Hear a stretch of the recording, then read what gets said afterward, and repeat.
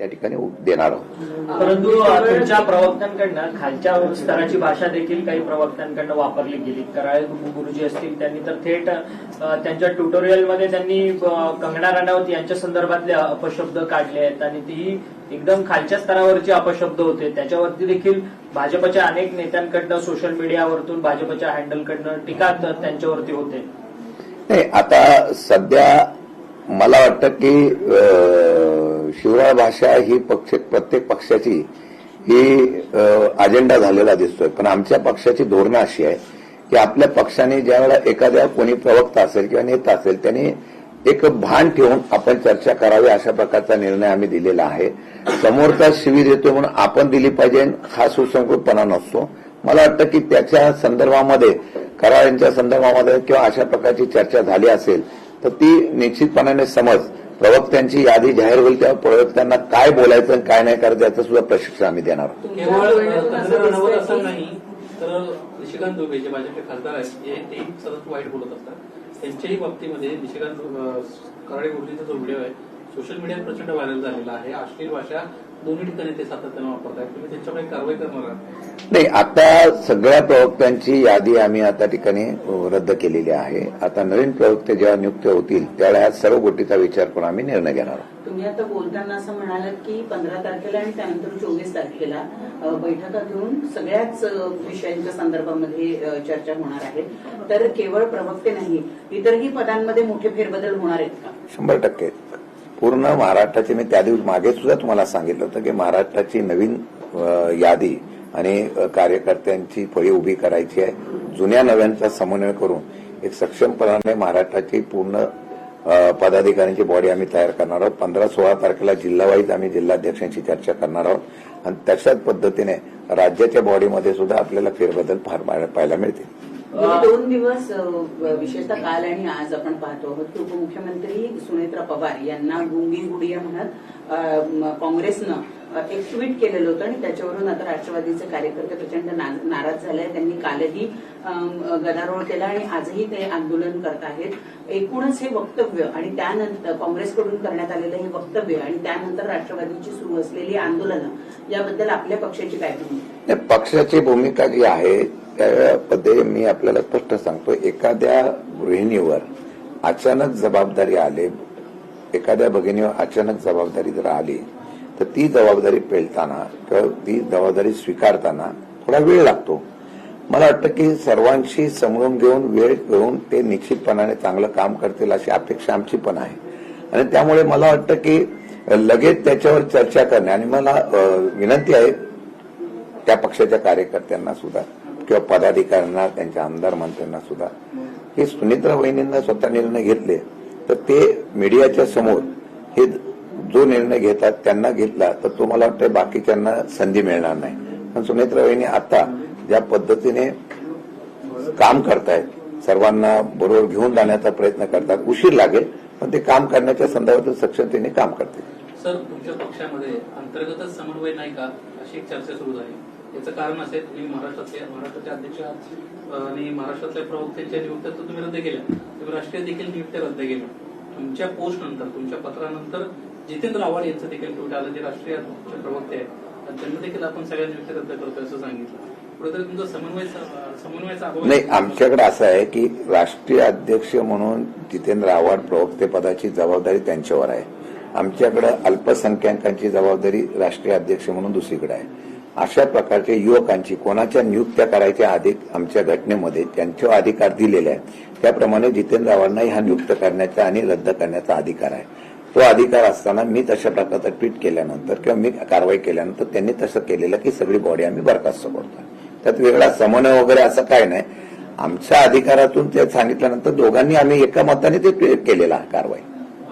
जयंत पाटील अध्यक्ष असताना जी काही कमिटी नेमली गेली होती ती सपोर्ट करत नाही आणि त्यामुळे शशिकांत शिंदे सगळी संघटना रिवाईव्ह करू पाहतात अशा पद्धतीची एक राजकीय वर्तुळात खूप चर्चा सुरू झालेली आहे. अगोदरचे सगळेच पदाधिकारी बदलायचे आणि नव्यानं सगळे घ्यायचे.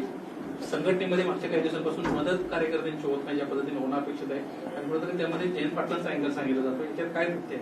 अजिबात नाही. मी अध्यक्ष म्हणून पवार साहेबांच्या आणि सुप्रियाताईंच्या सर्वांच्या बरोबर चर्चा करत असताना जे आमचे ज्येष्ठ नेते आहेत, जयंत पाटील आमचे नेते आहेत, त्यांच्याशी सुद्धा चर्चा करतो, समन्वय करून या ठिकाणी काम करण्याचा प्रयत्न करतो. मला वाटतं की काही बदल हे करणं गरजेचं असतं, कारण नवीन संधी मिळाली की माणूस जोमाने काम करतो.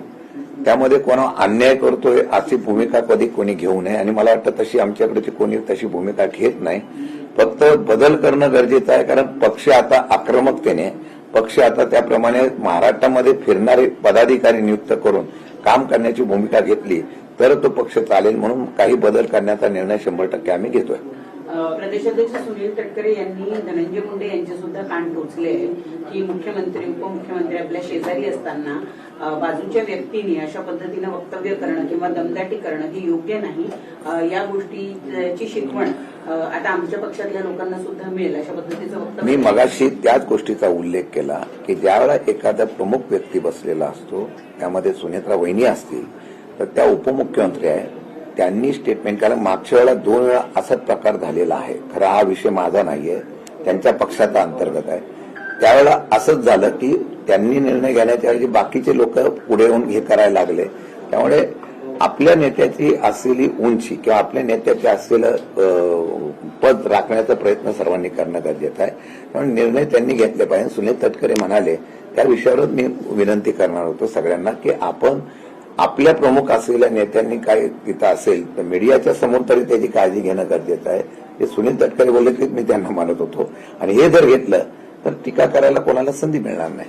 सर, संजय काकडेंनी खरं तर शरद पवारांवरतीच प्रश्नचिन्ह उपस्थित केलेले आहेत. ते म्हणतात की तुमच्या सुनेवरती खरं तर ही वैयक्तिक पातळीवरची ही सगळी टीका होते, आणि तरी देखील तुम्ही मूग गप्प गिळून खरं तर तुम्ही महाविकास आघाडीमध्ये बसलेला आहात, त्या संदर्भात एक वक्तव्य सुद्धा सादर करत नाही, अशा पद्धतीचा सवाल त्यांनी उपस्थित केला. संजय म्हणणं आहे आज तुमच्या सुनेबद्दल बोलले, काँग्रेसमध्ये जाऊन तुमच्या मुलीबद्दल देखील बोलू शकतात, त्यामुळं सावध व्हायची वेळ आली, काँग्रेसची साथ सोडा तुम्ही. नाही, आता संजय काकडेंनी काय स्टेटमेंट करावं, त्यांनी खार ट्रीम दाखवावं, काय नाही करावं तर त्यांचा प्रश्न आहे. त्यांनी पवार साहेबांना उपदेश देण्याऐवजी पवार साहेबांनी त्यांना किती मदत केली त्याची त्यांना जाणीव आहे. पवार साहेबांच्या माध्यमातून संजय काकडेंचा व्यावसायिक उदय झाला असं माझं मत आहे. मला वाटतं की संजय काकडेंनी पवार साहेबांना आव्हान केलं असेल तर मी समजू शकतो, पण मी पवार साहेबांच्या पक्षाचा म्हणून मी स्पष्ट शब्दात माझी भूमिका मांडलेली आहे की कोणत्याही महिला भगिनींच्या बाबतीमध्ये अनादर होऊ नये याच्या संदर्भातली भूमिका स्पष्ट करण्याचा प्रयत्न मी केलेला आहे. संजय काकडेंनी पवार साहेबांकडून अपेक्षा व्यक्त करण्यापेक्षा त्यांच्याच पक्षातल्या असलेल्या सर्व सहकाऱ्यांना, सुनेत्रा वहिनींना मोकळेपणाने काम करण्याच्या संदर्भातली जी मगाशी तटकरे म्हणाले त्याप्रमाणे जर त्यांना त्या ठिकाणी सूचना केली तर मला बरं वाटेल. त्यामुळे पवार साहेबांनी काय बोलावं आणि काय नाही बोलावं हे संजय काकडेंनी आवाहन करू नये. अजित पवारांच्या दुर्दैवी मृत्यूच्या संदर्भात सातत्यानं खरं तर ही जो तपास आहे तो सीबीआयकडे द्यावा अशी मागणी त्यांच्या पक्षाकडनं होते, परंतु तरी देखील सत्तेतल्या पक्षाचं सत्तेतल्या व्यक्तीकडनं ऐकलं जात नाही, आणि सत्तेतला पक्ष मात्र गुंगीगुडिया अशी टीका केल्यानंतर मात्र महाविकास आघाडीच्या एका महत्वाच्या पक्षावर काँग्रेसवर मात्र आंदोलनं करताना पाहायला मिळतोय, वेगवेगळी वक्तव्य करताना पाहायला मिळतोय. त्यांच्या पक्षाच्या राष्ट्रीय नेत्यांना न्याय देण्यात त्यांचा पक्ष विसरला गेलाय का? नाही, ती भूमिका मांडण्याचं काम रोहित पवारांनी आम्ही आमचा पक्ष करतो आहे. परंतु आवाज उठवल्यानंतर सुद्धा मी आजही मागे सुद्धा म्हणालो होतो की जर आपण बघा की एखाद्या गोष्टीची लगेच जलद गतीने कारवाई होते, म्हणजे नीटचा पेपर फुटला की लगेच त्याच्यावर कारवाई करून लगेच त्या ठिकाणी एसआयटी नेमणूक करायची, त्याप्रमाणे चौकशी करायची आणि त्याप्रमाणे कारवाई करायची, कायदा मंजूर केला जातो. गेले 7 महिने झाले अजितदादांसारखं नेतृत्व केलं. आजही महाराष्ट्राच्या जनतेच्या मनामध्ये प्रश्नचिन्ह आहे. या प्रश्नचिन्हावर अद्यापही कोणी बोलत नाही. अजूनही त्याचा अहवाल अजून बाहेर आलेला नाही. मागच्या अधिवेशनामध्ये सांगण्यात आलं होतं की आम्ही परत हा अहवाल तुमच्या समोर ठेवणार आहोत, अजूनपर्यंत आलेला नाही. मला वाटतं की त्यांच्या पक्षाच्या प्रमुखांनी सुद्धा याच्या संदर्भातून जर दबाव टाकला, आवाज उठवला तर निदान सत्य काय आहे का नाही ते बाहेर येईल. देवेंद्र फडणवीस यांनी जर धनंजय मुंडे यांना मंत्रिमंडळात घेतलं तर आम्ही भाजप उद्ध्वस्त करून टाकू असा इशारा जरांगे पाटील यांनी दिला. नाही, आता शेवटी कोणाला मंत्रिमंडळात घ्यायचं कोणाला नाही घ्यायचा हा प्रश्न जो आहे तो मुख्यमंत्र्यांचा आणि त्यांच्या महायुतीमधल्या असलेल्या पक्षांचा आहे.